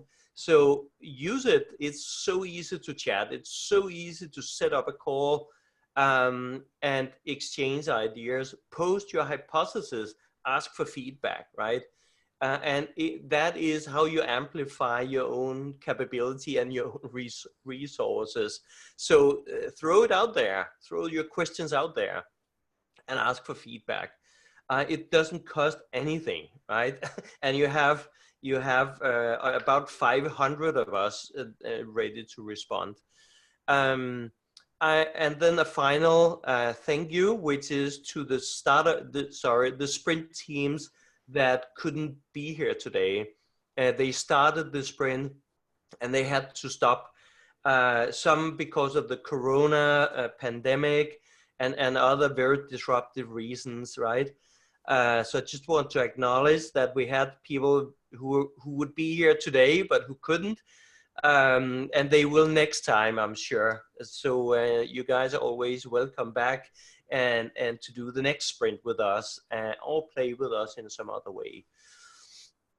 A quick thank you to Kim, by the way, for helping to disrupt the Disrupt workshop in the beginning. It was an amazing meditation. I really loved it. I think it's going to be standard from here on in our Disrupt workshop.